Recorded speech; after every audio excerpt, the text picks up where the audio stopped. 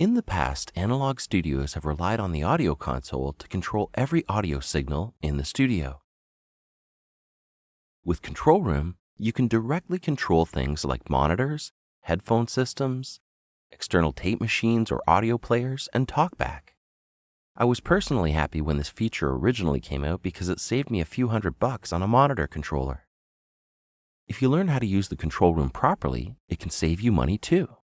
Let's get to it. If you try to select the Control Room or Overview in the Devices menu right now, a message will come up saying the Control Room is disabled. Do you want to enable it? Normally you would choose to enable it, but I want to show you another way of doing this. First, go to the VST Connections window. Then click on the Studio tab. Now click here to activate the Control Room. To add channels, click here or right-click down here.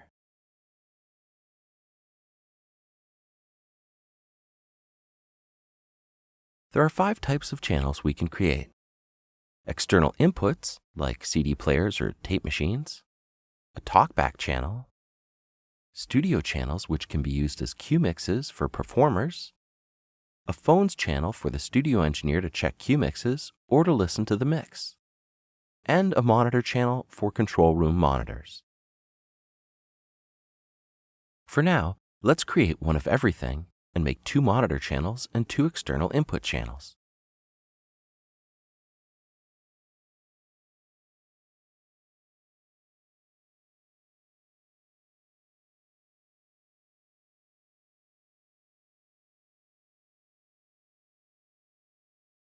Select the correct audio device and device ports for each channel. Control Room channels can share outputs with each other. This could be helpful in a case where a set of stereo speakers doubled as a stereo pair and the left and right surround. However, it's not a good idea to share input and output ports with Control Room channels, as this can lead to confusion and might overload the ports. Close the window. Before we open the Control Room mixer, let's take a look at the Control Room overview. If you're on a PC and opening the Control Room overview makes an unwanted resize, simply right-click on an empty area of the panel, choose Always on Top, and then readjust your window the way you wanted it. The Control Room overview gives you a great layout of the Control Room configuration. All the channels we just set up are highlighted. Notice these little green buttons here. All of the routing functions in the Control Room mixer are available in the overview. In fact, if the 2 windows are open side by side and you try clicking on the green buttons in the overview, you'll see a change in the mixer too. Not all of the buttons, but most of them. Close the overview. Now let's take a tour of the Control Room mixer. Along the bottom, we have all of our channels. You can click here to view the external inputs. Just click the number next to the input to select it. You can then route it to any one of the available channels by selecting External at the top. As you can see, each channel has, in this case, 3 input options. The studio channel has the availability to listen to the external input, the auxiliary input, which we'll explain in the next video, and the mix, which it takes from your main outputs. The phones and Control Room channels can listen to the external input, the mix, and the individual studio sends. We only have 1 set up now, but if more were set up, they would also be available as inputs here. We can enable and disable any channel by clicking on the buttons here.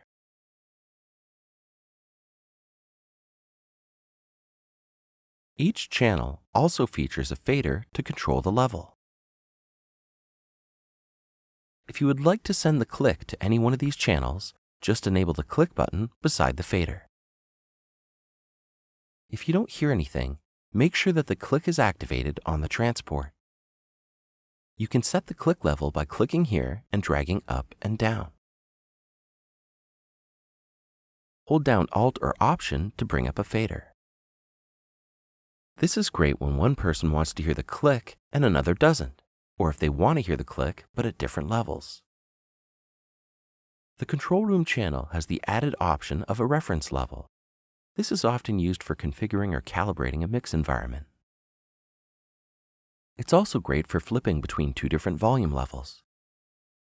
To set the reference, simply move the fader to the desired position and Alt or Option click the button here. Now move the fader and click the button to toggle the reference level. We'll talk about listen controls here in the next video. The dim button will lower the control room by a preset amount. The default is -30 dB. You can change this in the control room section of the preferences.